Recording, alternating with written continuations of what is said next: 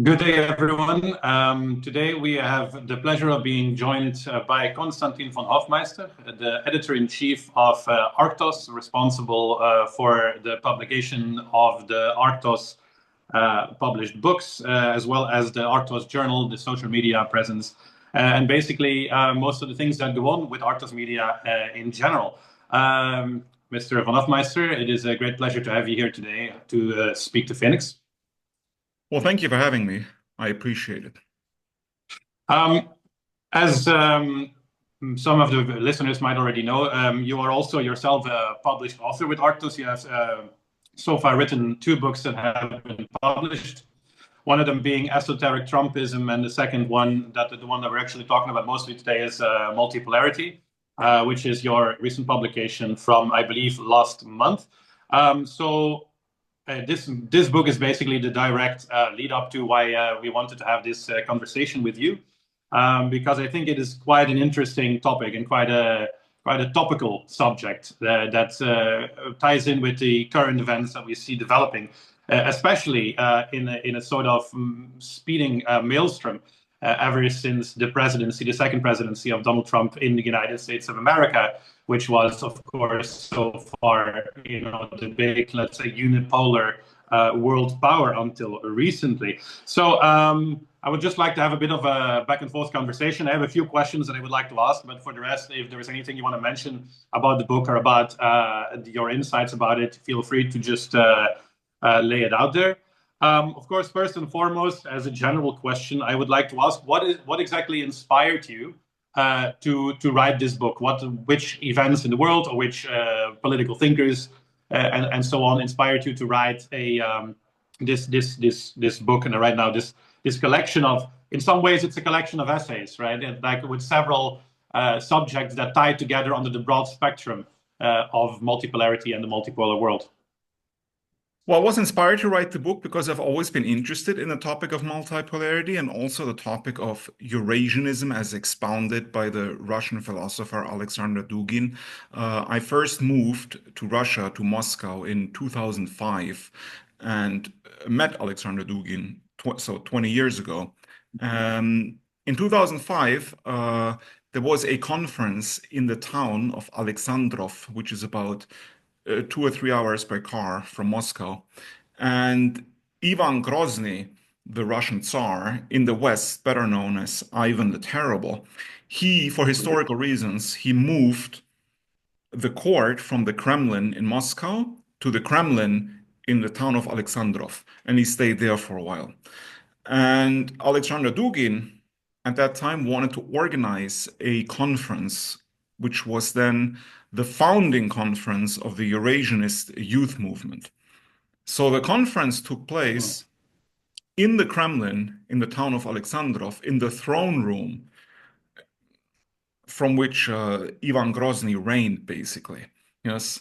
So they had the actual throne, and behind the throne they had put up a screen. I mean, I'm talking about Dugin's organization had put up a screen behind the throne on which they played Sergei Eisenstein's movie, Ivan Grozny, the black and white silent movie about Ivan the Terrible, without sound, just as like a cool atmospheric background behind the speakers. And I was actually invited as a speaker to this conference, and I did speak at this conference.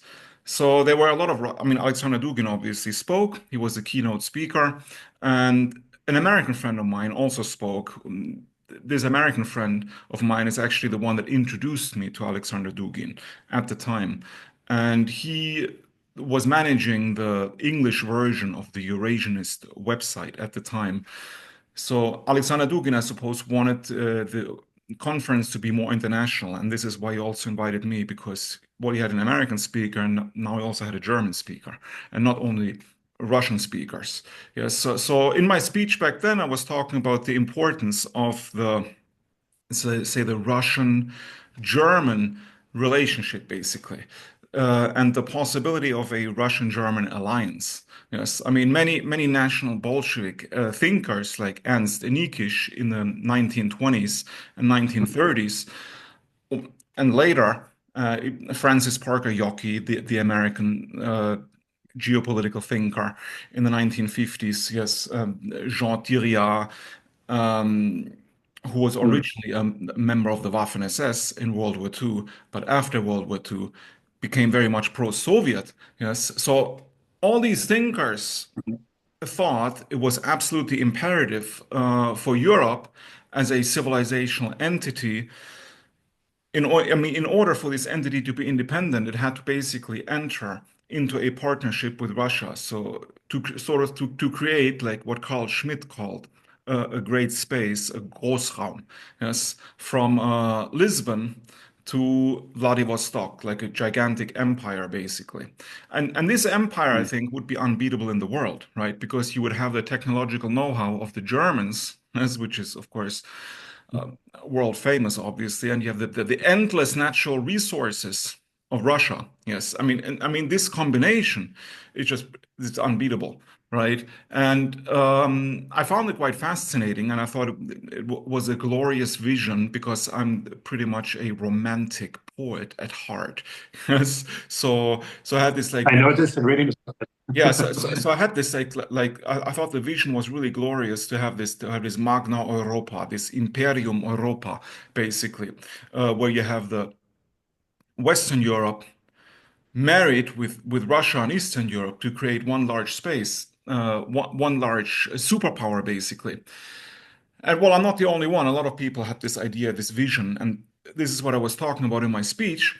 And of course, it's true that the British and later the Americans have always tried to prevent this union from being realized. I should say they've been very successful because we've never had such a union. Yes, I mean you have the disastrous, Mhm. I mean Operation Barbarossa in World War II when the Nazis criminally invaded the Soviet Union and based on deluded sort of like racial ideologies, viewing the Slavs as subhuman, trying to enslave them, exterminate them. I mean, we all know what happened. It was an unmitigated crime. Mm. I would call it the crime of the century, of the 20th century. It's like, in my opinion, this invasion of the Soviet Union sealed Europe's fate.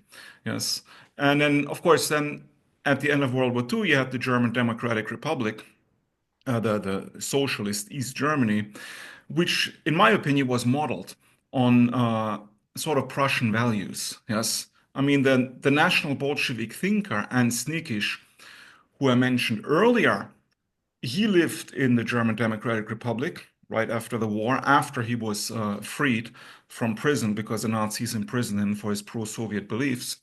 Uh, he was freed. He worked in the German Democratic Republic, and he actually wanted the German Democratic Republic to officially rename itself to Prussia. Yes, well, this idea was rejected, of Yeah, course. It would have been beautiful, in my opinion. It didn't happen, but it's not so important. So but it's interesting to note that the German Democratic Republic was always more, I would say, traditionalist in the German sense, meaning in adhering to German cultural values than the American occupied West. Yes. So then we had another chance because this part of Germany, East Germany, was of course closely allied with the Soviet Union, not only because it was occupied by the Soviet Union, it was part of the Soviet occupation zone, but also ideologically. Yes, because many people don't understand that the Soviet Union itself was quite socially conservative and traditional as Mm. well. Yes, and this is despite of the state-mandated atheism, right? Compared to the West, at Mm. least. So I think this project got a new impetus because of this after World War II and Jean Thiriart, and then later on the Belgian geopolitical thinker Luc Michel, also who's still alive and still active as far as I know, still had this vision of this Mhm. great Europe, especially in a socialist variety as a counterpoint to the capitalist West. Yes. So I've been fascinated with this whole geopolitical nexus, so to speak, for 20 years, basically, ever since I spoke at the Eurasianist Youth Conference in 2005 in the town of Alexandrov in Russia, and I've kept in close contact with the Eurasianists since then. I've spoken on several at several other events at the Eurasianist headquarters in Moscow. I met many Eurasianist thinkers from different countries. I've written a lot of essays, right, Mhm. about this particular topic, multipolarity. Eurasianism, meaning Eurasia, the landmass, as its own pole, basically, right? Because the vision of multipolarity in its essence is basically opposed to the narrow-minded nationalist view of things, right? Because I would say that the right-wing nationalists, they still adhere to the idea that the nation state is the it be an end all of things, right? Basically, right? It is what must be protected at all costs, and any kind of supranational organization should be vehemently opposed, like the European Union, for example. So the Mhm. independence of the nation state is of prime importance for the nationalists. So basically, they still adhere to the Westphalian system, right?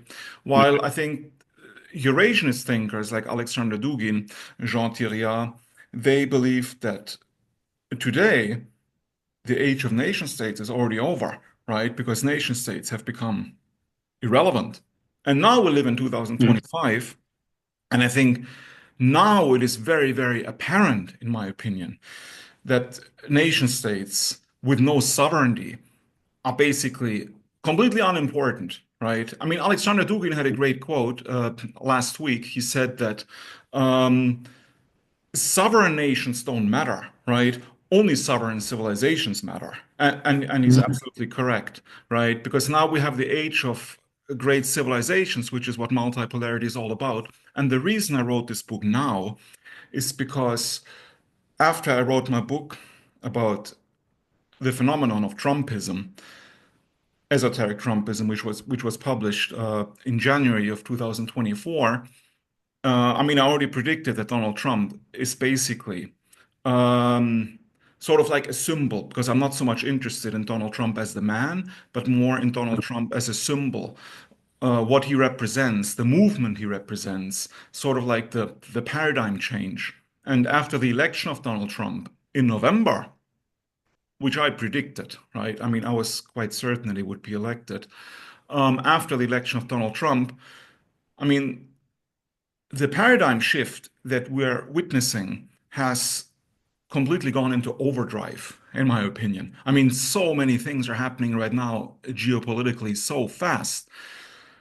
It's unbelievable. And with the Ukraine conflict starting in 2022, we already saw the confrontation between the unipolar world represented by the United States and its Western vassals, right, the satrap Mhm. states in Europe, because NATO basically, which is, in my opinion, what is an American organization serving American interests, using other countries basically as its lackeys, right?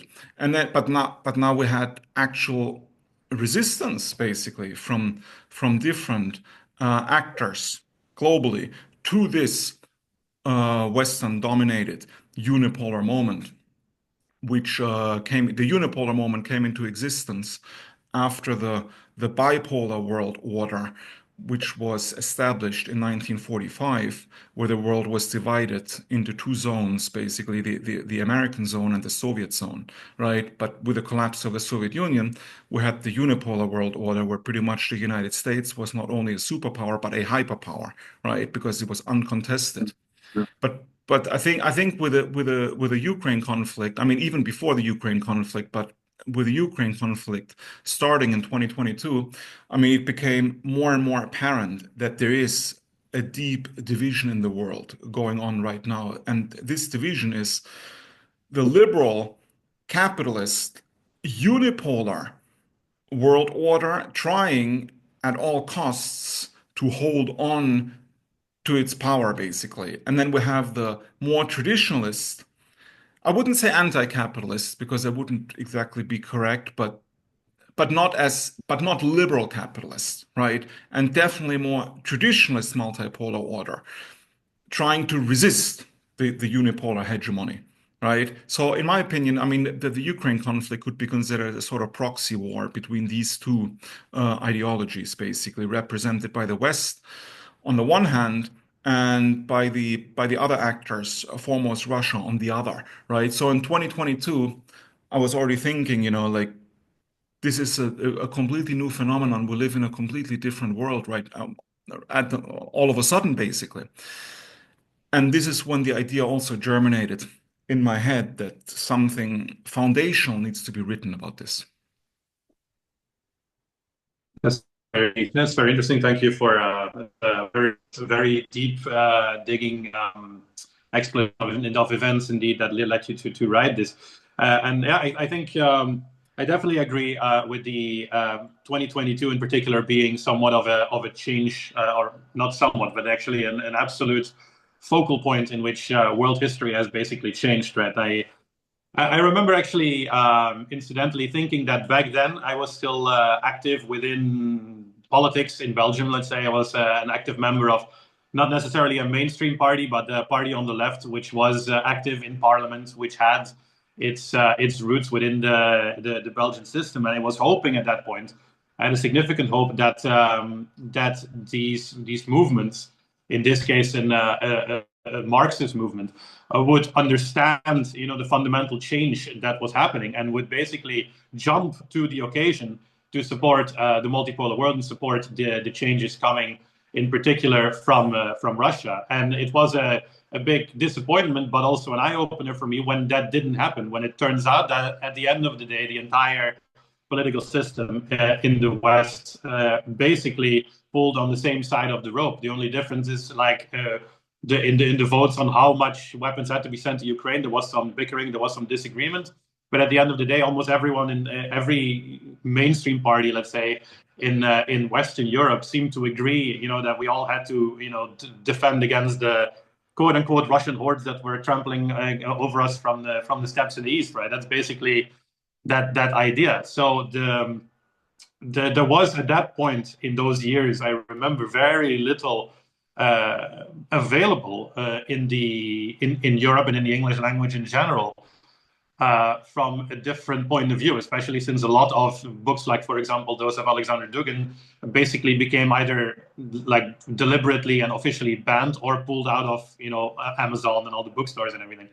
So that's why I think it's very interesting to see now that this book is now out and explains in quite.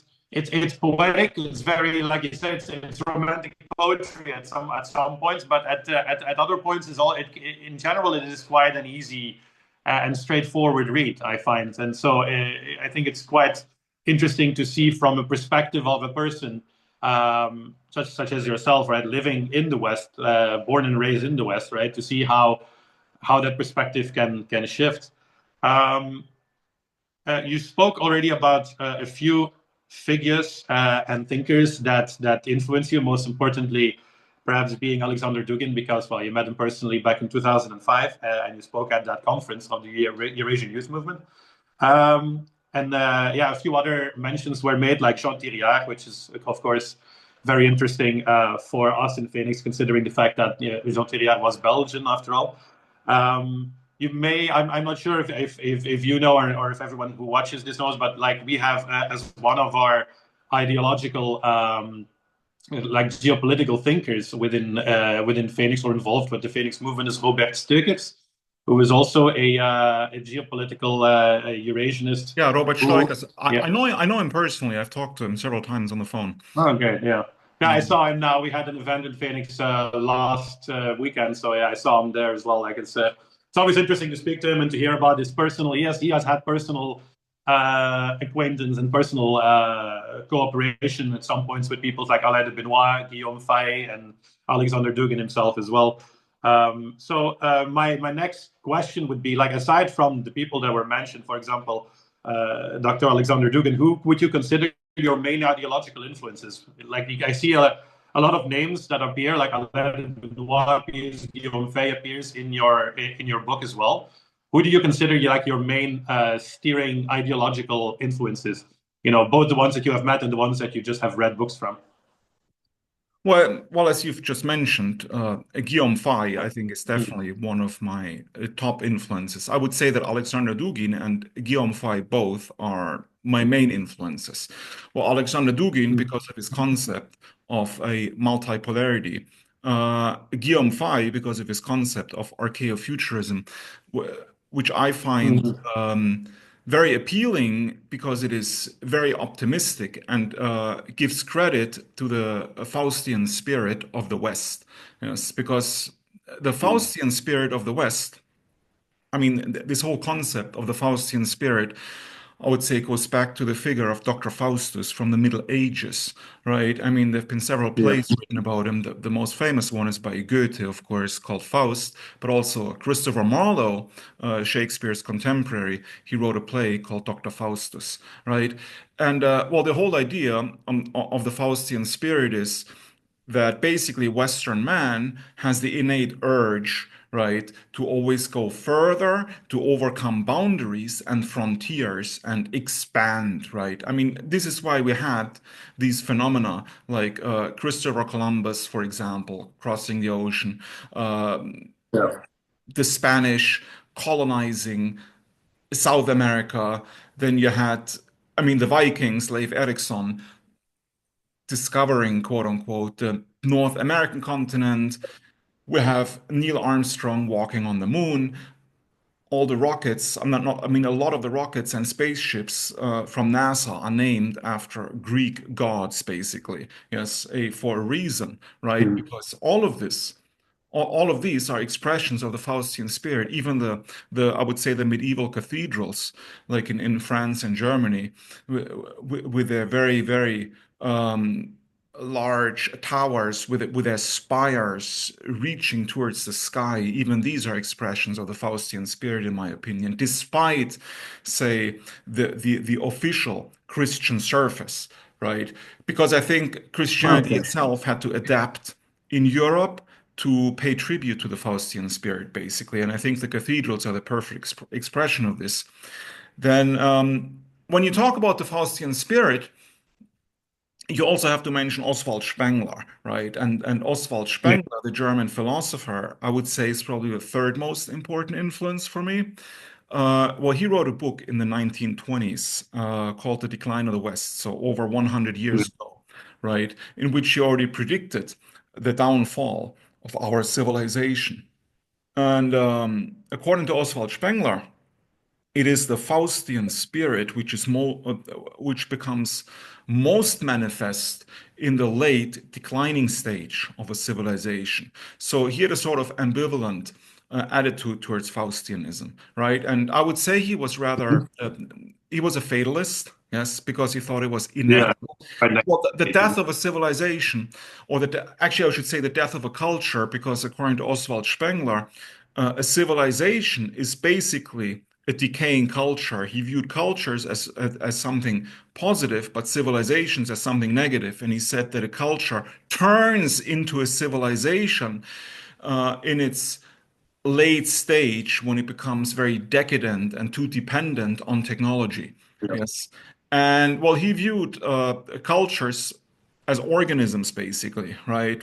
I mean, they are born, they mature, they grow old, and then they die. Yes, and it's completely inevitable. Like with regular organisms, there's nothing you can do about it. Death is final, and it will come to all of us, as according to Spengler, including civilization. So he was completely fatalist, and he said, well, civilization's already on its way out. Basically, Western civilization is on its way out, and as I mentioned in my book, Esoteric Trumpism, Trump, I think, can be compared to what Spengler called a Caesar, because according to Spengler, in the late stage of a civilization, very often there appear these strong men who basically try to stem the tide of decline for a period of time. I mean, they will also the decline will happen. They will only prolong the process basically. Yes, and Yeah.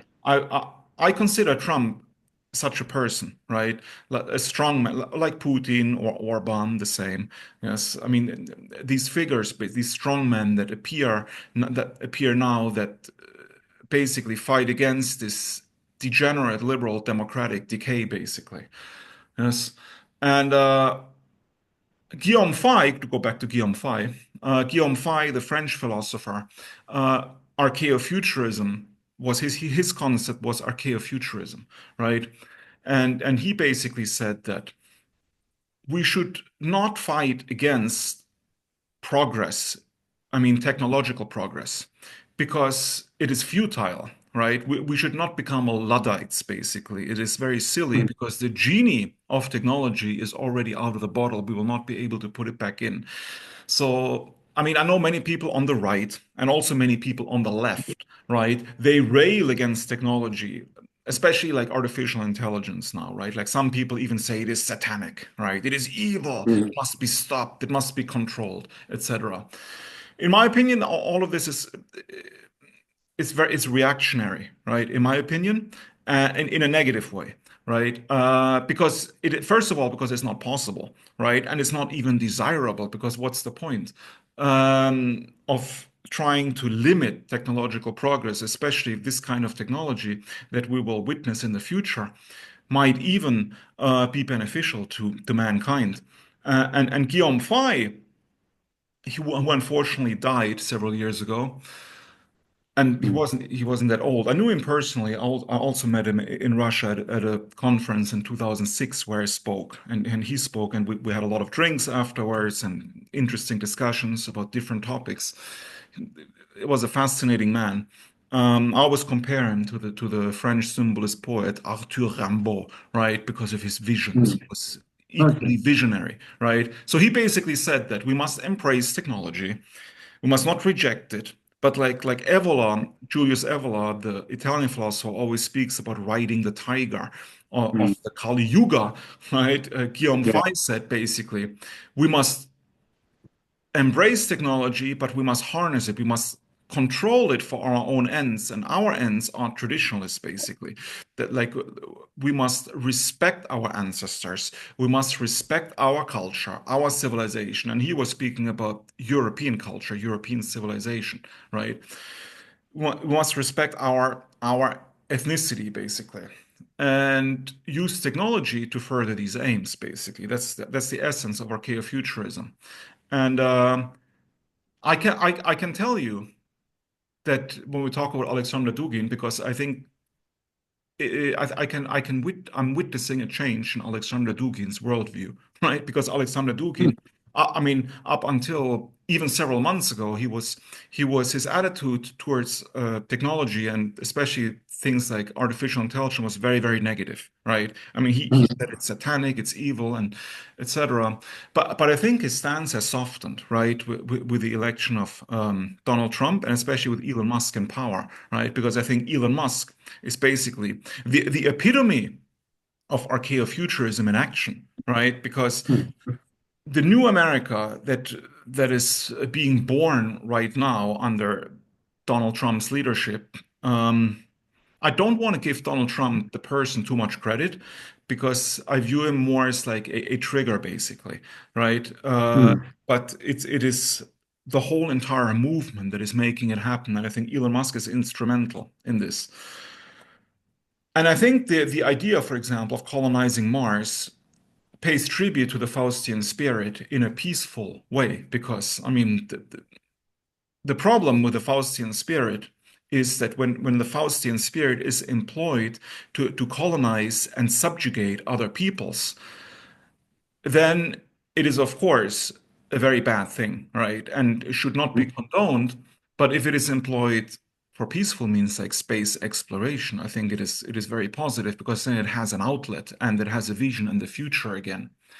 So the point is, and even Guillaume Faye, and I think this is why Guillaume Faye and Alexander Dugin are both important, and a synthesis can be created between their respective ideologies because Alexander Dugin talks about the need for multipolarity, meaning that each civilizational pole should be respected and should be permitted to follow its own path of development with its own form of government, its own system of society, its own culture, its own values, etc. And we should not judge another culture through the lens of our own culture, basically. Yes, Mm. I think this is very important. And we, as Westerners, right, we have our own culture, our own values, right? But I would separate these from the modern Western values, right? Which are antithetical to to all values of all peoples, including Western peoples. And this is why you have this sort of protest movements now in Europe. And you had the election of Donald Trump because it is basically a reaction to the rampant degeneracy that liberalism has imposed on Western society and has been trying to impose on the rest of the world as well, right? So this has to be fought against, right? Because basically, Western liberalism is the main enemy, the main ideological enemy of both Alexander Dugin and Guillaume Faye. Yes, because it is a homogenizing force that tries to level the world's cultures and sort of like force them into a uniform mold of the average consumer man, basically. Yes. And I Mhm. think this is why it's important to also champion the the I would say the philosophy of ethnopluralism, right? Yeah. Which was also introduced by I think originally by the French New Right, especially the French New Right thinker Alain de Benoit. And ethnopluralism basically states that we should not be, racism should always be condemned, right? I mean, we should not have a hierarchy of races or peoples. We should not say that one group of people or one ethnic group is superior to another. Instead, we should value the true diversity of different ethnic groups, different races, different peoples for what they are, basically. I mean, they're all of them are contributing to basically the mosaic that makes up mankind. Yes. So it is a truly anti-racist Mm. ideology, in my opinion. But it is different from anti-racism that the liberals propagate, because the anti-racism that the liberals propagate is basically white supremacism with a new name, right? Because white liberals say they're anti-racists and they say that I know all races are equal and they should all be respected, but their actions prove otherwise because Western liberal societies like the United States and Western Europe, I mean, for decades, they've been trying to force their liberal, capitalist, democratic uh, ways of life on all societies around the world, on all cultures, whether these cultures want it or not, right? Either through Mm. color revolutions, and if that doesn't work, then through military interventions and bombs, right? I mean, we Mm. must bring them democracy at all costs, basically. I mean, this is basically white supremacism. This is Rudyard Kipling's white man's burden in a new garb, basically. Because I mean, back then, Rudyard Kipling, the famous author of the Jungle Book, he was a staunch British imperialist in the 19th century when you still had the Raj in India, the British Empire in its heyday. He basically, like most Europeans at the time thought that the white man has to come to civilize the brown people all over the world, basically, right? I mean, but Yeah. and what do we have now? Now we have like America telling countries like Libya, Syria, Iraq, Afghanistan, telling them like your forms of government, they're no good, they're illegitimate. I mean, you don't have gay, you don't have gay rights, you don't have transgender rights, you don't have women's rights. You must be liberated, right? Even though the majority of these people don't even want to be liberated. So this is the same kind of racist imperialism, just with a new cloak, basically, right? And this is what both Guillaume Faye and Alexander Dugin reject, basically. Yes, and same with Alain de Benoit. So I think these figures are very important. And I think that they transcend the whole notion of left and right because the whole idea of left wing and right wing is obsolete in my opinion because now you basically have only two sides. You have the people versus the elites basically. Yes.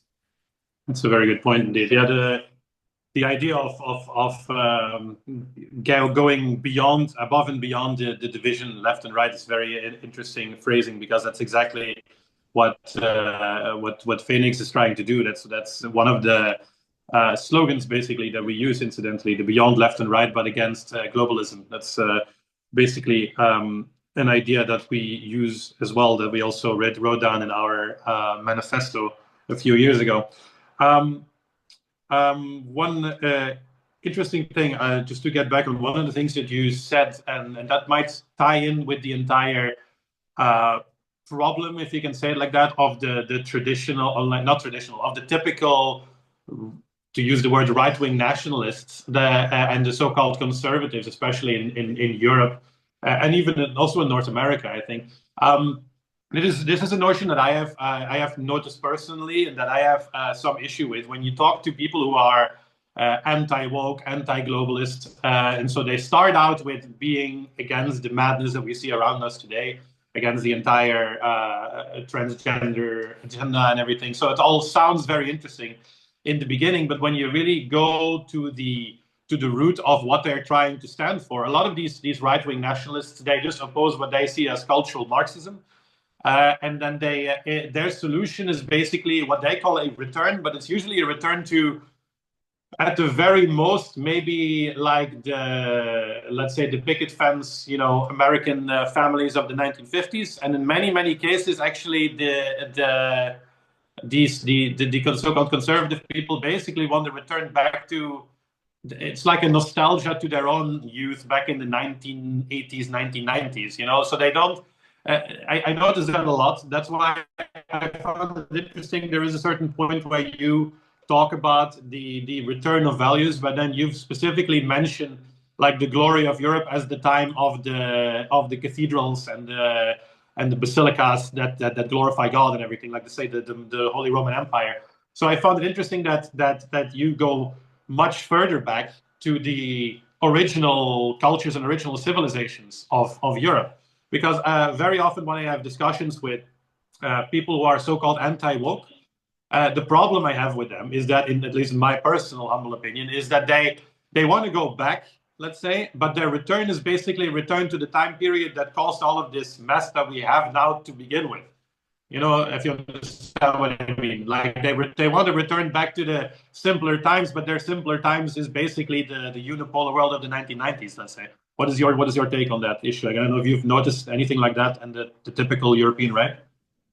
Well, of course, I've noticed it, and I completely agree with you. I think this is in itself problematic because trying to return to the unipolar moment would be trying to return what caused the problem in the first place, right? Because it is the unipolar world Exactly. which created the disaster that we live in right now, meaning the complete liberal, decadent world order that has been trying to impose itself on all peoples and cultures across the globe, right? Which is now, because of the rise of multipolarity, coming to an end, in my opinion, because I can sense the Overton window shifting basically towards more traditionalist values and away from the woke ideas, basically. I Absolutely. mean, even in the epicenter of wokeism, the United States, you can see the whole woke agenda crumbling, basically. Yes. And I think if you have a sort of Yeah. conservative revolution in the United States, you will have one in Western Europe as well, because for better or worse, the United States is still the most important country in the West. And what happens in the United States will usually, with a delay of a few years, also happen in the rest of the West, like Western Europe, for example. Yes. But the obsession of the so-called right wing to go back to, like you said, maybe the 1980s, right?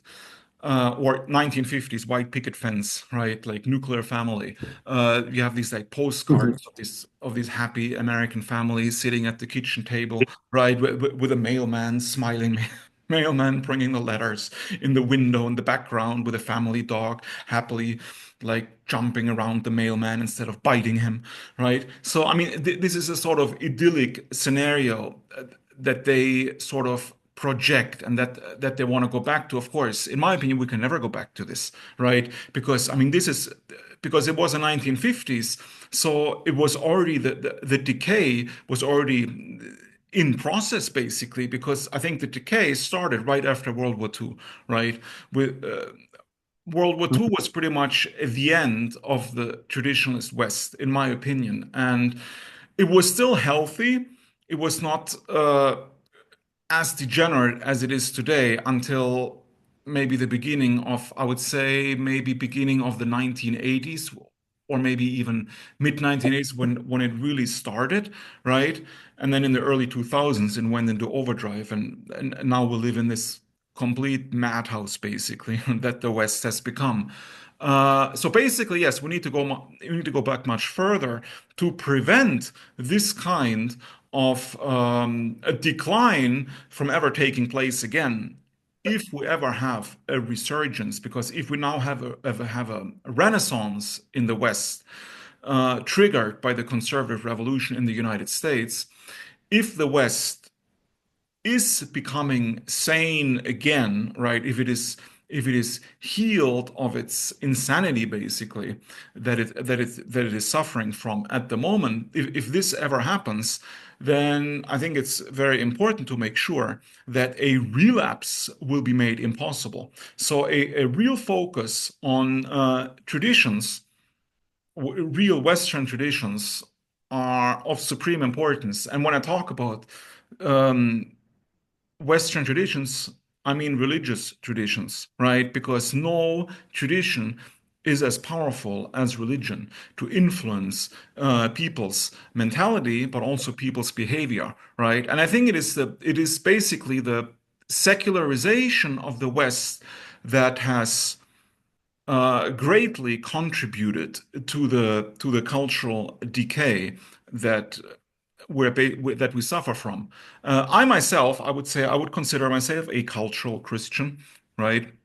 So I think Christianity is the founding religion of the West.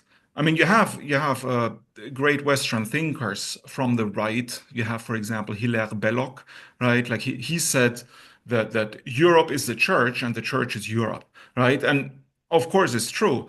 I mean, Christianity has been the dominant religion in the West for thousands of years, ever since Constantine in the Roman Empire introduced it, basically. And it has permeated all aspects of society. I mean, art, literature, architecture, and Mhm. social norms as well. And I would argue that it has been mostly positive, yes, because the materialist aspect of atheism has to be combated at all costs, because it is the materialist mindset, the idea that we are all mortal. Our lives are finite, existence is finite, so we have to amass as much money, as much property as possible in our lifetime to live a life of hedonism before we pass away, basically. I mean, this kind of mentality, which Yeah. is now rampant in the West, has to be overcome. And I think focusing on the Middle Ages and the Holy Roman Empire specifically is to focus on the supreme value of the human soul, right? And specifically the immortality of the human soul, which was always stressed by the church, especially in the Middle Ages. And I would say that the vast majority of the European population back then believed in this notion that the soul was of the utmost importance. Like nothing was more important than the salvation of your soul, basically, because your soul was immortal and your flesh and your earthly existence was only of secondary importance. And I think this focus on spirituality, on God, and the idea that the soul must be saved, this is what brings glory to civilization, because it will sort of install transcendental values where people automatically will behave in a more positive manner because they don't want to tarnish their soul, basically. So the whole interaction between peoples will become more civilized. And if you truly implement religious values or the values, for example, that the Bible teaches us, then you will not have these abnormal trends like, I don't know, transgenderism, the LGBTQ propaganda in public, etc., simply because the religion prohibits it. I mean, your own holy book prohibits it. So I think to go back to a more theocratic, almost a theocratic state would be greatly beneficial. And I wholeheartedly support it, to be honest. Even though I myself Mhm. do not consider I do not consider myself a believer, right? Like I said, I'm a cultural Christian. Hmm. I adhere to the principles. I respect the principles of Christianity, and I would become a supporter of it, right? Even without believing in the religion myself. Yes, and I think many other people would as well. Yes, because there are many. Alain Soral, for example, in France, the French thinker. I think he's another example. He's a cultural Christian. I mean, I think he's an atheist. He said so himself, but he even said that he would support the Catholic Church becoming the state religion of France again, basically. Yes, I mean, for the same reasons Hmm. that I just expounded. Yes, to basically give impetus to a true European Renaissance, because a European Renaissance cannot be based on some TikTok videos and I don't know some weird I mean weird liberal Netflix TV series, right? So strict Exactly. principles must be implemented basically for the Renaissance to be for the Renaissance to last basically, right? To endure. That's indeed, that's very interesting. It kind of mirrors a little bit the discussion we had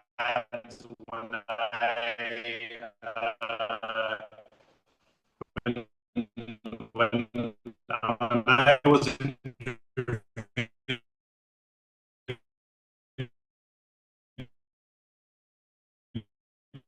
by you on the Euro-Siberia podcast, the very first talk we had, we mentioned that as well, in which I also said something along the line that I do support the re-Christianization, let's say, of that as well. And so I understand, I do understand where you're coming from with that. Chastity, of course, for the re very, it's most likely through a religious lens. That's most likely. Let's see. You've mentioned a few times already Donald Trump and the change, the conservative revolution, as you worded it, in the United States. So my question is, and I think a lot of people in Europe are wondering that, and a lot of people I've spoken to, who, while being happy that the Democrats lost, that Biden lost, that the entire, let's say, old Clinton influenced, the Clinton dynasty influenced progressive movement lost. There are still a lot of people who are kind of dubious in a way about Donald Trump. Maybe last now, since the last few days, where Donald Trump has made great strides in Ukraine, that has caused a lot of course, consternation in the mainstream. But a lot of the anti-globalist movement is, of course, very intrigued by it, especially with the way in which he has shoved aside any sort of pretense in like that he had to negotiate with Zelensky or negotiate with the EU. That Trump basically said, the Ukrainian government and the European Union is not really the ones who make these decisions. Donald Trump even yesterday said that it was Joe Biden and the American government back then that basically was the main culprit of the war in Ukraine, which is in a very interesting change of rhetoric. However, aside from that, you see that the Donald Trump, in particular, when it comes to the Middle East, and particularly when it comes now to Gaza, to Palestine, to Israel, that he seems pretty keen in some other ways on continuing the, let's say, the unipolar mindset or like the nation mindset of the United States. But once again, in a very Trumpian way, as in like he leaves a way, which in and of itself is an interesting development, that Trump has kind of swept away the pretenses and the smokescreens that previous presidents used, right? When he talks about wanting to take over Gaza and get the people, quote unquote, temporarily out of there. When he was asked then, okay, under which pretense, under which authority do you do this? The interesting thing is that Donald Trump didn't say, oh, we're doing this for human rights or for democracy. He said it, no, it's because I do this on the authority of the United States. So that's an interesting development, an interesting kind of that the smoke and mirrors are no longer really there. But in the, let's say, the rough material facts on the scene, you still see that there is a continuation of a certain like imperialist Zionist policy. At least it seems that way in regards to Palestine. So that makes, at least for me personally, it makes Trump a very like, it's like a dual figure. You know, he's actually making a lot of changes in one way, and in other ways he just continues, maybe even more aggressively, the situation as it existed before. So what do you believe is Donald Trump's role, or so to speak? What can we expect on Donald Trump in case of actual legitimate change and move towards a multipolar world order? Well, I think Donald Trump is not perfect, of course, right? Because you don't have the ideal leader. I mean, you have positive aspects and negative aspects. Well, when we talk about imperialism, I think we have to differentiate, right, between the notion of empire and imperialism, because a lot of people equate the two, right? I mean, they automatically assume if you have an empire, then you have imperialism, the bad kind of imperialism, meaning when you try to subjugate people, when you try to force your way of life on other people's, when you I don't know, steal their land and make them slaves, etc. Right? I mean, this is what people usually have in mind when they hear the word imperialism. Nevertheless, I think today we live in the age of civilization states, right? I mean, civilization state, I think is a fairly new term, right? But it's basically a technical term for empire. It's the same thing, right? Like a civilization state is basically Yeah. empire. And I think we're actually back in the age of empire right now, right? I mean, whether people want to admit it or not. So, I mean, the United States is an imperial structure, right? I mean, it is basically an empire. It is the most important pole in both Americas. I mean, in North America and South America, it is a dominant pole, obviously, right? Then I would say Yeah. the Russian Federation is also an imperial structure because I think Russia itself has always been an empire, right? It has never been a regular nation state, and it has always been a multi-ethnic empire because usually all empires are multi-ethnic or even multi-confessional, right? You have India as the great new, I mean, Hindu civilization with a sizable Muslim minority, right, is also an empire. And then, of course, you have China. Yes. So basically, you have four civilization states at the moment, right? Functioning empires, basically. You have China, you have India, you have Russia, and you have America. Yes. These are the only four true civilization states. I mean, really powerful poles in this multipolar world that is coming about as we speak. Yes, I think in the future we will have more. Maybe if the Islamic world will unite, right, which is, in my opinion, not very likely to happen anytime soon. Mhm. Also because of the Sunni Shiite divide, I think is it's a bit problematic. Yeah. Um, South America, maybe, right? Possibly you could have some more unity. Africa is very important. The African civilization, you have Pan-African movements, you have the whole decolonization movement, right? So I think the idea that the United States under Donald Trump is acting in an imperialist manner is not necessarily negative, right? Mhm. Because it's what empires do, right? But if they don't want to impose their way of life on other peoples, right? So I could somehow compare it to the Roman Empire, right? Because I mean, in the Roman Empire, you had Judea, for example, or Germania, right? The provinces, there were parts of Germania, at least, that the parts that were incorporated in the Roman Empire, they were pretty much left to their own devices. They were free to worship their own gods, speak their own language, practice their own customs, basically. The only thing that the Roman Empire demanded is that they pay their respects to the Roman Emperor, basically. Yes, I mean, Judea, they refused, and this is why you had the Jewish revolt and the Romans coming in, because they didn't want to acknowledge the Roman Emperor, basically, right? I mean, what you see now in the Russian Federation today is very similar, a very similar structure to the Roman Empire, right? Because you have the autonomous republics like, I don't know, Chechnya, Tatarstan, for example, where they also have their own local languages, their own their own dominant religion. In the case of Tatarstan and Chechnya, it's Islam, and it's completely respected by the central government in Moscow, right? I mean, they're pretty much free to govern as they see fit according to their own traditions, and all Putin um, I mean, all he expects is that they respect him basically as the federal authority, right? And which they do, and this is why the Russian Federation is such a functioning empire, in my opinion. It's a model really for others to follow. Yeah. Much better than the United States, which has the melting pot nonsense, right? When you have to make everybody the same and force everybody into one particular mold.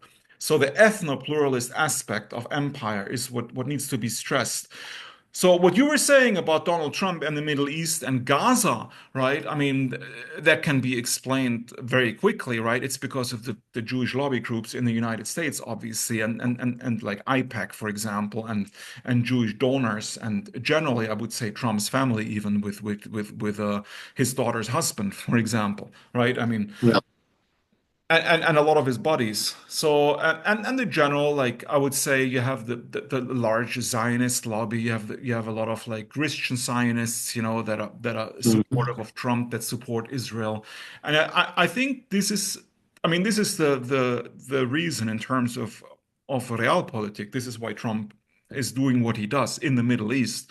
So, but on the other hand, I think with his statement of turning Gaza into a new Riviera, American control to Riviera, I think he's not serious, right? Because I mean, Trump is known for making these extreme statements, so as a sort of leverage in sort of like a deal-making process, right? Because he's saying the most outlandish things because he wants the opposing party to make a counter offer, basically. And I think this is how, in the end, he wants to reach a compromise. I mean, this is my opinion. Yes, I think that's the end game. Um, and his idea that the Palestinians should be relocated to Egypt and Jordan, right? I mean, it's not really outlandish if you think about it. I mean, this idea has been around for decades, basically. And to be honest, I mean, from my own personal opinion, I don't really understand why that's not possible, right? Because in my opinion, I mean, wouldn't that be a good solution, though? I mean, because culturally and I would say linguistically, the people are fairly compatible, right? Especially with Jordan, right? The Palestinians. I mean, wouldn't it be possible to resettle them? I mean, I understand the principle that the Palestinians have. They don't want to be resettled because it's their land, and why should they, etc., right? But it is a really contentious issue, and it will. I mean, in my opinion, it will never end, right? Because the Zionists will never be happy with it, the Palestinians will never be happy with it, and the conflict will never end. That's just, I mean, it's just my opinion, right? And I think Trump feels the same way. And to really solve the problem, there has to be some kind of long-term solution, and not just some patching up like they always do, right? Because this is what seems to have been happening the last couple of decades. You have these like outbreaks of open conflict between, say, Hamas and Israel, and then they sort of make up, they have a ceasefire, whatever, and then it's okay for a couple of years, but then it starts again, right? I mean, it's not, nothing's long term, and I think that's what Trump's strategy is. So, I mean, what do you think about this, if I might ask you, like? I don't even think that's necessarily a bad idea what Trump is proposing. I'm not talking about the American army coming in and establishing and the new Riviera. That's completely ridiculous, of course. But the idea that maybe if Egypt and Jordan would agree to take in these Palestinians and then with assistance, of course, to resettle them, because I mean, first of all, I mean, Gaza is completely destroyed anyway. They would have to rebuild all the houses, hospitals, and infrastructure anyway, right? So, I mean, would it be that much of a difference whether they live across the border or wait till, I mean, their neighborhood is being rebuilt? What do you think about this? Well, okay, I'll try to, without derailing the conversation too much in that, I'm going to try to. Of course, this is from a personal perspective and not speaking on behalf of Feniks necessarily. But of course, me as a person who has been very much invested in this conflict for over a decade now, and as a Muslim, of course, there's a certain bias, you could say, right? I see it more from, like, let's say, the fundamental principle of the matter, in which Palestine is and has been for thousands of years, not necessarily under that name, but has been for thousands of years the homeland of the Palestinians. And there is actually significant. That's why I always, when I do discuss matters like this, especially with Zionists, I like to go a bit beyond what the typical anti-Zionist and pro-Palestinian movement does. Usually, the pro-Palestinian movement specifically looks at it from a humanitarian perspective, which is justified, which is good. And they say that, you know, Israel is going too far, everything, like they violate human rights, they commit war crimes, and this is beyond any proportion in conflict. And that is all very much true. But I like to go back to the very root of the matter, in which I am supported, but in which I find support with certain very important historians. Most importantly, Shlomo Sand and Ilan Pappé, who are both Israeli-born to a Jewish family. Shlomo Sand is, well, they're both professors, university professors. Shlomo Sand still lives in Israel. Ilan Pappé, due to his publications, had to relocate. He had to basically run for his life, let's say, from Israel, and now lives, I think, in the United Kingdom. And basically, these two historians, they have researched back when they were still, let's say, very much welcome to in all the archives and whatever.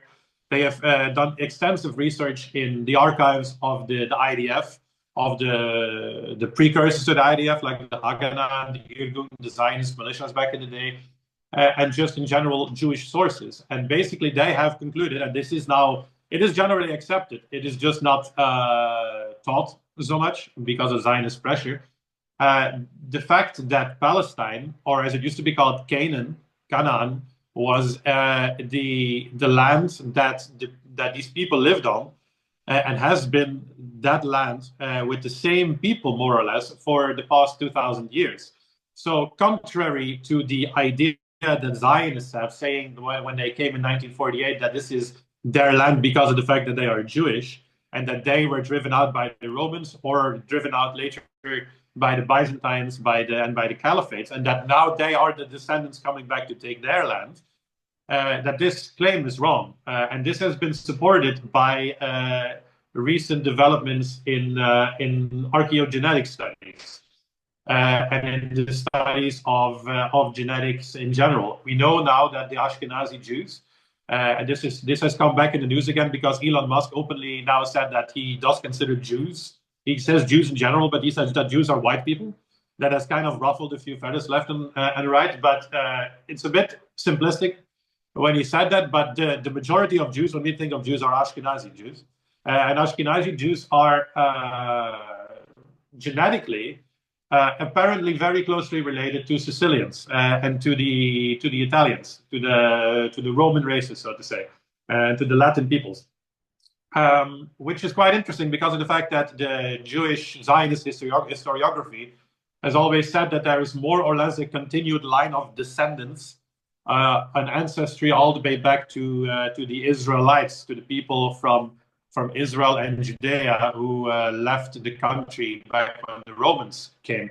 So to make a long and complicated story short, because I'm not the one being interviewed here at the end of the day, to make it a bit short, is the fact is that fundamentally the basis for the establishment of the Zionist entity is wrong, not just morally wrong, but just principally factually mistaken and wrong and a lie.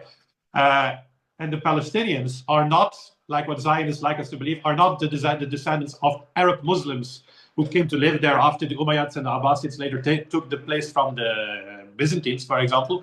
But in reality, again, supported by genetic studies, the majority of Palestinians are direct ethnic descendants of the Canaanites. And that's why David Ben-Gurion, the first president or prime minister of Israel, one of the main leaders of the Zionist movement, his original goal when he came to Palestine was to basically win over all the Palestinians and say, like, you know, you guys are of Jewish ancestry, we are from Jewish ancestry, so but yeah, we come from all over the world, we would like to come and live here with you and make this one country.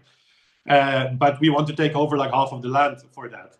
Of course, the Palestinians, for the majority, refused that, and then the Zionists changed their tone and said, okay, from now on, we will say that the Palestinians are Arab invaders who came from the Gulf states, who came from Saudi Arabia, from Mecca, and from Medina, and settled here. And that's why we have the right as Jews to come back and throw them out. In reality, the majority of Palestinians most likely had ancestors who were religiously Jewish. Like, of course, it's impossible to prove, but we know that they were genetically Hebrew, if you want to call it that, genetically Israelite, genetically Judean, genetically Canaanite. The only thing that changes the name, the religion, and the language. Because over time, these people who lived in Canaan, they started using the word Palestine because that's what the Romans called it, Palestina, right? They started later on, after the Caliphates expanded, they started speaking Arabic because Arab people, and that's again, it's a bit similar to Russia. When we say Russia, we don't mean an ethnicity necessarily. The same thing goes for, or a race at least, necessarily. The same thing goes for Arabs. Arab peoples are people who speak Arabic and participate in Arab culture, but they are not all descendants from Arabia, let's say. They don't all come, let's say, from the desert sands of Najd or from the cities of Mecca and Medina. Their ancestors didn't necessarily come from there.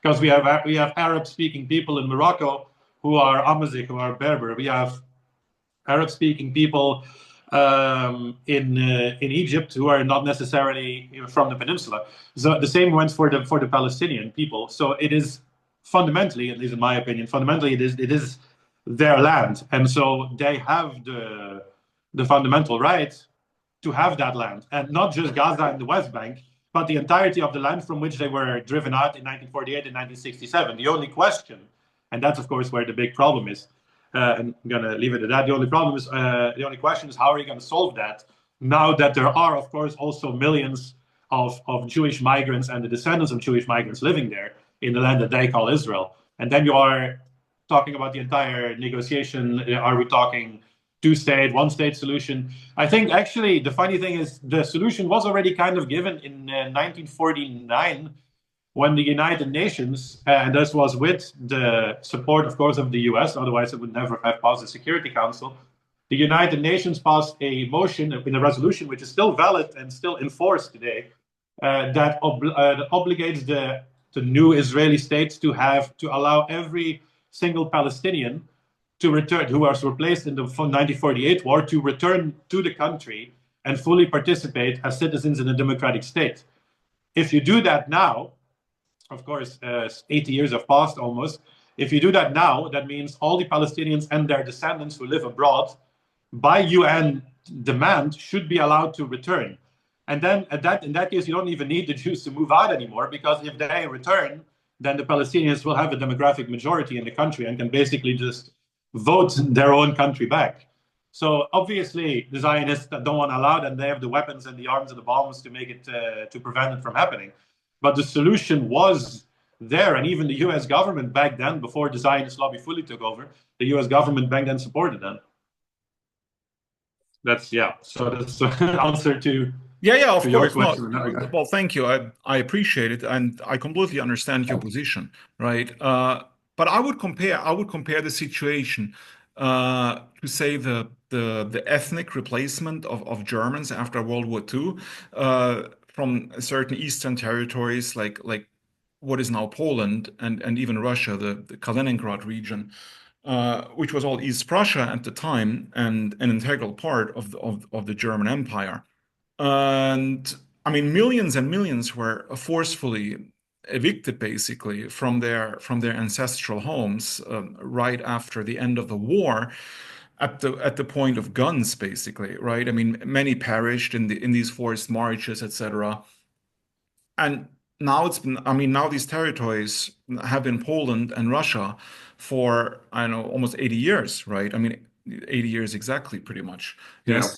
So quite a long time. I think it's comparable to what is happening in Israel, right? I mean, your historical analysis makes perfect sense, right? And there's no point in arguing about it, right? Like who has sort of like a historical right to be on a certain territory because Mhm. of, I don't know, history that goes back hundreds or even thousands of years. I mean, in my opinion, you have to look at it from, let's say, Bismarck's point of view, say, realpolitik, basically, the facts on the ground, right? So Mhm. I mean, I'm not a German nationalist. I've never been a German nationalist or any kind of nationalist. Yes. I've always been very critical of nationalism. So I'm not a revanchist, yes, that Mhm. says, for example, all these territories in all these former German territories in what is now Poland and Russia should be returned to Germany at some point in the future, right? I mean, I consider this demand, which is actually made by a lot of German nationalists even today, right? Yeah. I find this completely ridiculous, right? Mhm. I mean, first of all, it will never happen, in my opinion, because I see no reason why Russia should give up the territory of Kaliningrad, right? And why Poland should give up its territory. And even if there is a slight chance of it happening, I would still argue, what is the point of this, right? I mean, because the ethnic change has been going on for decades and decades to the point where there are basically almost no Germans living there anymore anyway. I mean, all these territories have been resettled by ethnic Poles and ethnic Russians. They're real Russian and Polish territories with German heritage, of course, but these are the facts on the Yeah. ground. So I would never say that these territories must come back to Germany. It's ridiculous. Of course not, right? I mean, wouldn't that be comparable to Israel, right? I mean, whatever claims anybody makes, I mean, of course, the Zionists have their own claims. They say historically it's always been Jewish. The Palestinians say it's always been Palestinians, so they want it back, right? But the facts are that basically Israel has existed since the late 1940s, right? It's also almost 80 years. So how, I mean, wouldn't it be more realistic, like Trump, to just acknowledge the facts on the ground and find a solution to it, basically, without this constant revanchist demands, basically, because if we allow this to happen, these revanchist demands all over the world, it will never end because there are many other peoples that have historical grievances against some nations and want certain territories back. Yes, so I think it's just some sort of like, I mean. I'm not speaking for myself. I'm speaking what I believe is Trump's rationale here, right? I think Trump's Yeah. rationale and his administration's rationale is basically to solve, I mean, to quote unquote solve this problem in a sort of like pragmatic manner, right? To the sort of satisfaction of the people involved. I mean, when I say satisfaction, I mean material satisfaction, so that they basically can live a semi-comfortable life with a roof over their head, food, education, infrastructure, etc. I think this is, I mean, since you asked me earlier about this is, I think this is what Trump is thinking about, right? And Mhm. I mean, I sort of understand where he's coming from, right? Um, yeah, so I would leave it at that, basically. Yeah. Okay. But that's interesting. It's interesting to know what the your take on the rationale, indeed, because that's something that some people are sometimes wondering about a little bit. Like, what is? Of course, I can't ask you what's going on in Trump's mind, obviously, but like, yeah, there are people who are wondering how do you think that Trump sees this, right? So, and as someone who has written a book, of course, on Trump and on the Trumpist phenomenon, that was Yeah, it's interesting to hear your take on that. So, yeah, and sorry, to be honest, I think you can even draw comparisons to Trump's new policies regarding the conflict in Ukraine, because from what I've heard, basically, the Trump administration made it already clear that Ukraine, the Ukrainian government's demands to somehow join NATO in the future, or to have its yeah, territories back, which have, I mean, the territories that have been taken by Russia, are completely unrealistic, basically. I mean, the yeah, Trump administration is already acknowledging this. They say that basically saying it's not going to happen, right? Because it's not and this, realistic, right? I mean, I think this is very similar to their sort of stance on the Middle East, right? Basically, like this realistic view of things, like what can actually be achieved, right, on the ground right now to sort of make a lasting peace. And I mean, the European Union, or the Europeans, they've been saying now for several years, like it is, and the Ukrainians, of course, have also been saying this, that there will be no sort of like negotiations with Russia unless Russia removes all its troops from Ukrainian territory, which includes like the new Russian territories, or the territories that Russia proclaimed as its new territories, and Crimea. Yes, and I mean, yeah, we've been saying this for years and years. And of course, I mean, the Trump administration realizes it's completely ridiculous and unrealistic. You'll never have peace with these demands, and this is why now I think now that with this peace negotiations underway, this is what's. I mean, this is what many people predict from what I've read. Basically, I think Zelensky and his government, I mean, Trump himself actually said yesterday, there was a video where basically Trump said that Zelensky will not even be involved in the negotiations. And he said because yeah, his approval ratings are not so high. Yes, I mean, yeah, I heard. Yeah, that's the what polls are Trump looking said. good for him. Yeah, Right. So basically, I mean, many people are saying what's going to happen is that basically the United States and Russia, they're basically just going to agree. Okay, so this is so. Russia will stay where it's at. It will basically incorporate all the conquered territories into the Russian Federation officially, but it will not be given back to Ukraine, especially not Crimea. And there will be basically a guarantee that Ukraine will never join NATO. Yes, yeah, and I think Russia will agree to these terms. Ukraine will not be asked; they will have to accept it because they have no say in the matter. So, some people say yes, and that will be the end of it. Yes. So some people argue then the whole war, I mean, all of this was for nothing, right? Because what was the point of it? Yes. I mean, yeah. all this fighting and all the loss of lives. Um, I mean, it's very sad. It's tragic. But I think Trump, as a businessman at heart and as a sort of deal maker, he's a very pragmatic person and very pragmatically minded. Yes, and I think this is pretty much apparent in all of his dealings with these conflicts so far.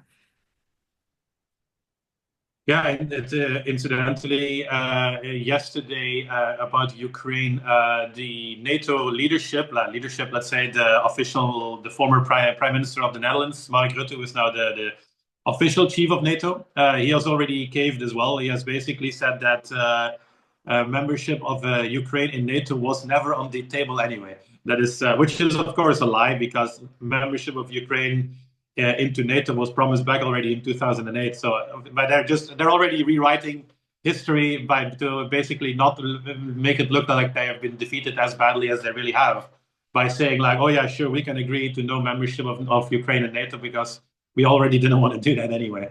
Found it a very interesting. What happened the day, I think one day or less than a day after Trump's call with Putin. So that's how fast things can go, and it goes to show where the power configuration really lies in NATO. You know, it doesn't even lie. They didn't ask the officially appointed chief of NATO. He wasn't asked. He just hears it from the White House, and he Exactly. had to agree. Yeah. Right. Well, the Americans don't take the Europeans seriously, and rightly so, in my Of opinion. course. Yes. Yeah. JD Vance is in Munich right now. He's supposed to give a speech today at 2:30 p.m. actually, German time. And Matz, the candidate for chancellor for the Christian Democratic Union in the upcoming elections yesterday on the German news said that he found out from various sources that JD Vance's speech today will be extremely confrontational. Yes, and people should praise themselves. So like, I'm really looking forward to be honest. And I also read yesterday was also on the news that one member of JD Vance's team in Munich basically leaked to the press that JD Vance was not interested in meeting Olaf Scholz, the Yeah. current chancellor of Germany, because, and I quote, he's not going to be chancellor long. Yes. I mean, yeah, Yeah. I don't know. I mean, it is my impression. My impression is that the current Trump administration has a very negative view of the German leadership, right? I don't think they respect it. I don't think they like it. I know that JD Vance, of course, spoke to Friedrich Merz because he's most probably going to be the next chancellor after the election. So he has no choice. I think they really do. I mean, with Elon Musk being basically officially almost a part of the Trump administration, right? And Elon Musk constantly tweeting that only the AfD can save Germany. I think it is very apparent to me that the Trump administration has very strong sympathies for the AfD. Yes, I mean, I was in Washington D.C. for Trump's inauguration on January 20. It was a Yeah. quite a impressive event, but I know that only three German politicians were invited, yes, and two of them are from the AfD, yes. I mean, not a single politician Yeah. from Olaf Scholz's party was invited to the inauguration. I mean, this is very telling, yes, in my Yeah. Interesting. opinion, right?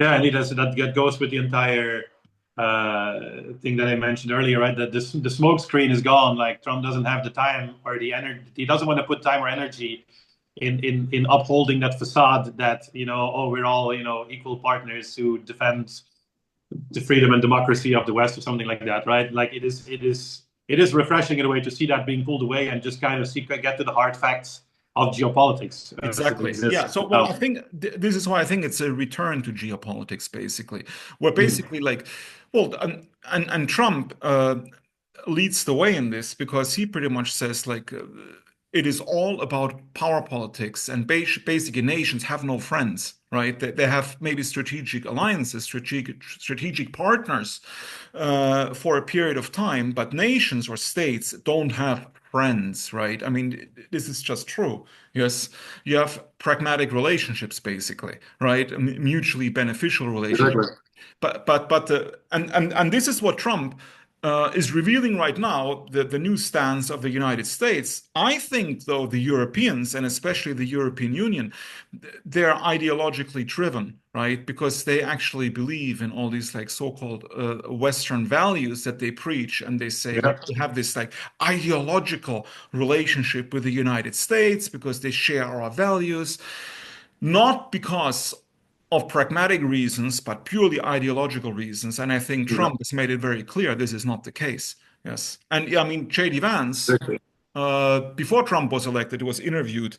I forgot by whom, but during the interview, J.D. Vance pretty much said that he pretty much said that if the Europeans, the European Union, uh, wants continued assistance from the United States in NATO for the defense of Europe, it should basically stop violating the values which America holds dear, especially free speech, right? Which is, as we all know, Mm. non-existent in the European Union. Yes. Yeah. Exactly. That's a very good point as well. I think we have been speaking for about an hour and a half, so I am going to, in order not to make this too long, because we could keep going Yeah, back of and forth course. for hours. Quite interesting. But I'm just going to say, I'm just going to ask one more question that I had on my list here. How do you see? Of course, it's you can't look in the future, right? Nobody can. But how do you? What is your belief and your trust, let's say, in the future of the future development? Going back to the core subject of your book, of the multipolar world, because we know, and we know, like Alexander Dugin wrote a book about multipolarity, the theory of the multipolar world, several years ago. But I have noticed a certain defeatism, as I would like to call it, with some people, especially since in the last few months, in November, December 2024. There is a certain defeatist aspect that I have noticed with some people who are multipolarists or supporters of the multipolar world or of the Eurasian project, and who kind of seem to have lost some heart when Syria collapsed. When in their view, when despite the support of the main, new rising multipolar power being Russia, and the upcoming power of Iran, despite all of these supporting the Syrian Arab Republic, that the Arab Republic kind of caved in rather suddenly, rather unexpectedly. I wouldn't say quickly, because the war had been going on for like 13 years by that point. But that offensive by Al Qaeda, let's call them what they are, that offensive by the Al Qaeda offshoots took only about a month, and the new offensive from Idlib before the entire system collapsed. And so I have been having some back and forth arguments with people who are, let's say, allies in the multipolar project, or in the multipolar theorists and geopolitical analysts, who now seem to have given in a little bit to defeatism and to fatalism. So I would like to ask you, how do you see the recent setback, if we can call it that, in Syria, and how do you see in general the future of the development of a multipolar world order? Well, I would say I'm more optimistic. And talking about Iran, you have, Yeah. I mean, Alexander Dugin also mentioned it in an essay that we published on Arctos journal yesterday. He said that basically the whole idea of Russia and Iran forming a union state basically is a harbinger of positive things to come, because I think Iran is a sovereign player in the Middle East. I think it will be only truly sovereign if it acquires nuclear weapons, right? Because you cannot have sovereignty without nuclear weapons. It's simply not possible. I mean, there's a reason why Iraq was invaded, but North Korea never was, right? So I mean, Jackson Hinkle, maybe a bit extreme. He just tweeted last night, like Africa must have thousands of nuclear weapons if it wants to be truly sovereign and free. I mean, Yeah, yeah. but This is the running up to this interview in South Africa, right?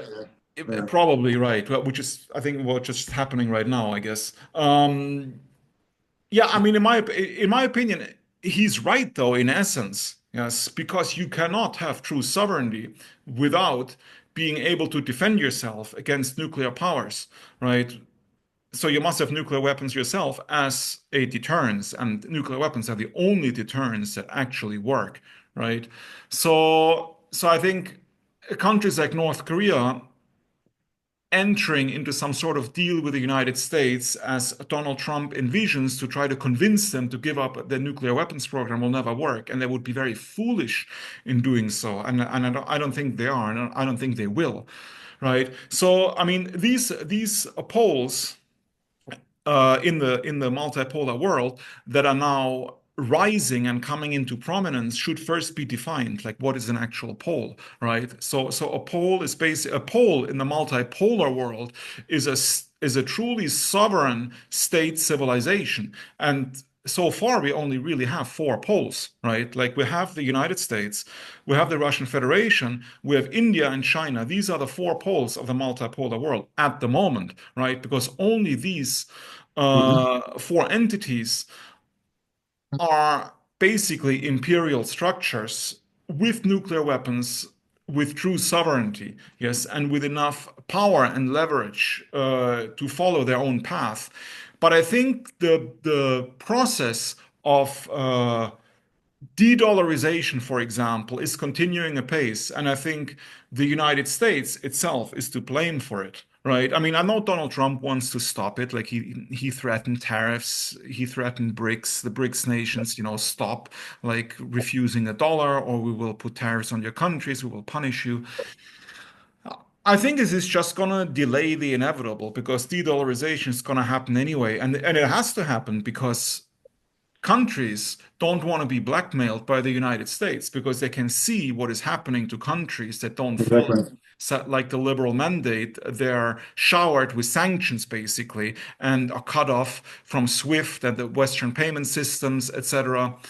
And they don't want this to happen to them. And to avoid this, they have to basically get out of this dollar trap, right? And I think the trade between Russia, China, for example, and even Russia, India, more and more is going to happen in other currencies than the dollar. And I think other countries will follow suit. Yes. I think Donald Trump is not a multipolarist himself, obviously, right? I mean, he still wants the United Mhm. States to be the hegemon, obviously. Yes. Even though he's more conservative, I think, and more traditionalist and not really a globalist, he still wants to have America as a dominant power in the world. But of course, I think his administration is very well aware that this is not sustainable in the long term because Marco Rubio, the Secretary of State, even said the other day that we live in a multipolar world. And a while Mhm. back, he even said that in about 5 years, we will be completely dependent on China, yes, in terms of technology and infrastructure, because China will have surpassed and eclipsed what the West is doing right now. So I think the United States understand very well where the world is heading. And they're not even dominant, I mean, in all these conflicts anymore, as is evident in Ukraine, right? I mean, the United States didn't get its way in Ukraine. I mean, you'll have the peace negotiations soon. And I think that, well, who's the victor? The victor is Russia, obviously, because Russia will pretty much get everything it wanted, basically.